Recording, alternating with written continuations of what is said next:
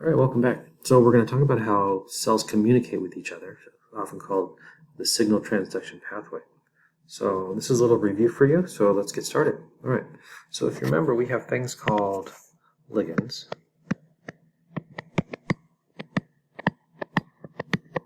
And ligands are things that bind to enzymes. This could be a growth hormone, it could be an antigen or something foreign to the body. It could be a growth factor secreted by a nearby cell. So ligands will look for proteins in cell membranes, right, that they fit, right? So if this ligand fits this receptor protein, right, this is what's going to be called reception, right? So we're going to talk about reception first. So if this ligand fits, right, it will bind, and that will cause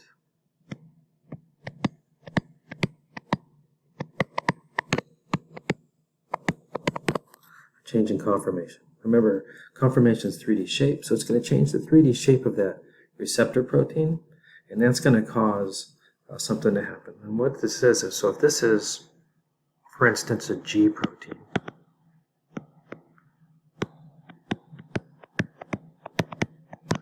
right? So G proteins, remember, are common surface type receptor proteins. And a G protein is going to take a signal from the outside and move it to the inside.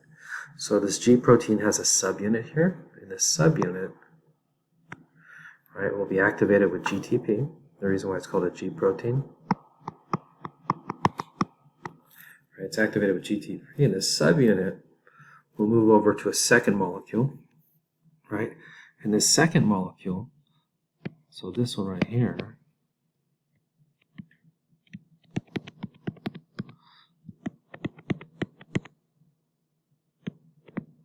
adenylyl cyclase, right? So this adenylyl cyclase will take ATPs,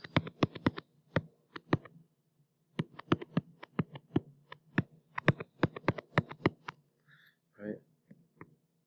And we'll make them cyclic AMPs, right? And this cyclic AMP, so if we think about all these little cyclic AMPs,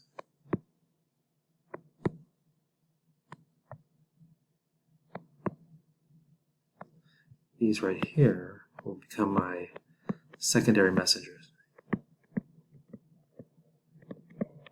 And they will cause something to happen. So what we're describing right here now is signal transduction.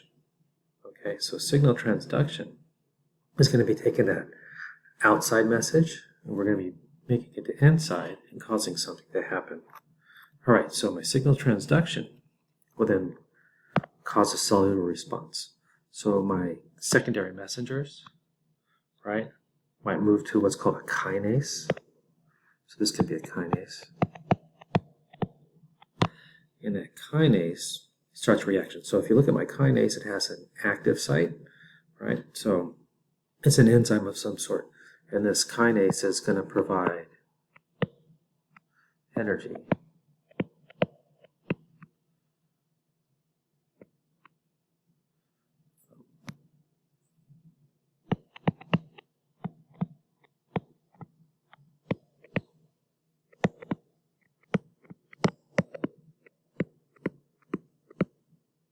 Cause something to happen, right? And that's going to cause our response. So this kinase then can either act on, let me change that color because that's going to be confusing. So it can act on the ER, right? So it could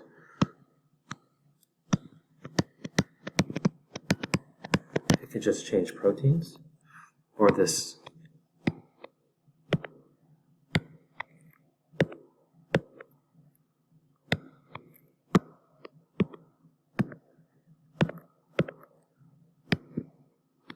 could act on my nucleus, right, to cause transcription.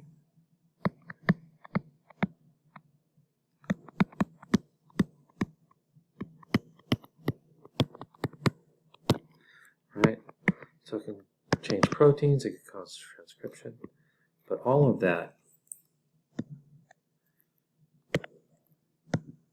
now now is called the response. So remember, there's reception, transduction, and response.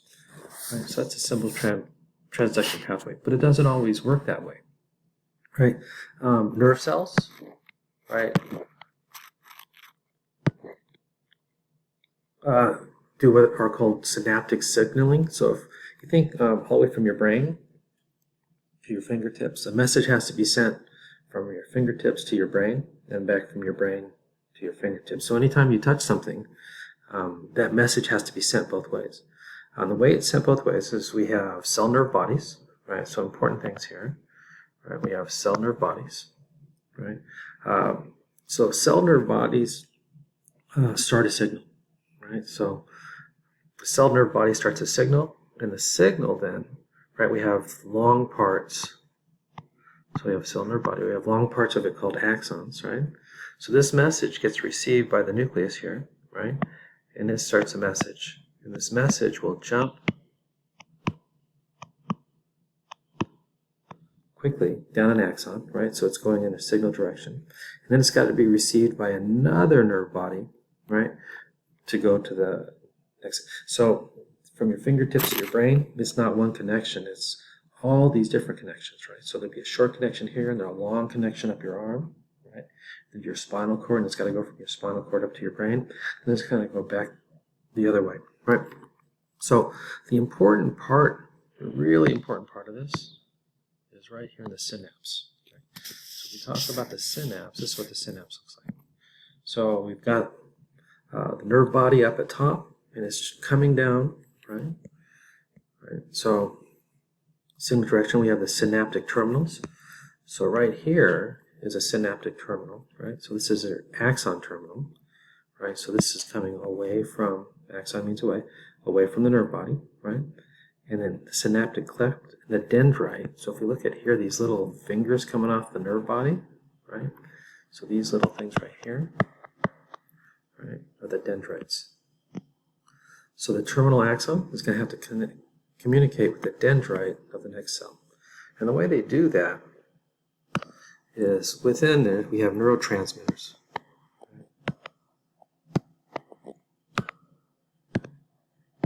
So we have neurotransmitters. So all these are neurotransmitters. Right, so the neurotransmitters are little vesicles, and the vesicles will fuse.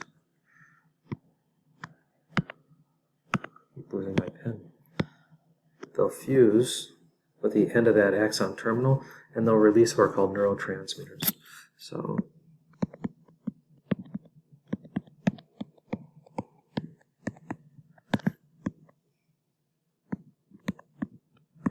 acetylcholine is a common neurotransmitter.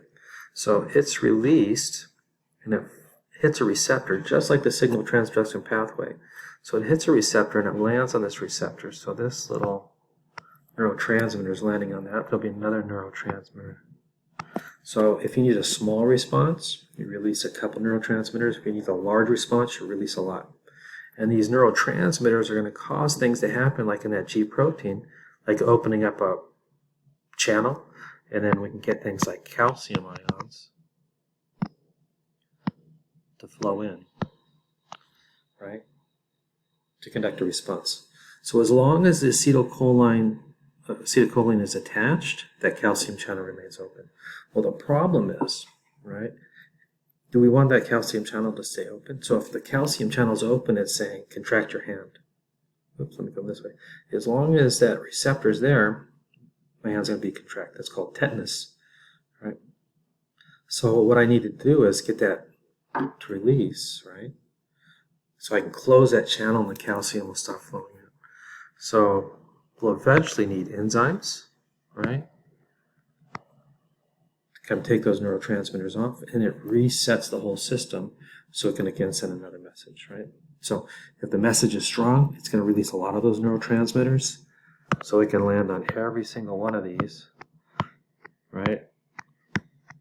Say, close your hand tightly, right? And then I'm going to get a message that says, hey, we need to open that hand, right? So I'm going to close these channels, and I'm going to take all those receptors off. I'm going to wait for the next message to come through. Everybody got it? All right. Good luck in answering your questions this week, and I'll talk to you soon. Bye.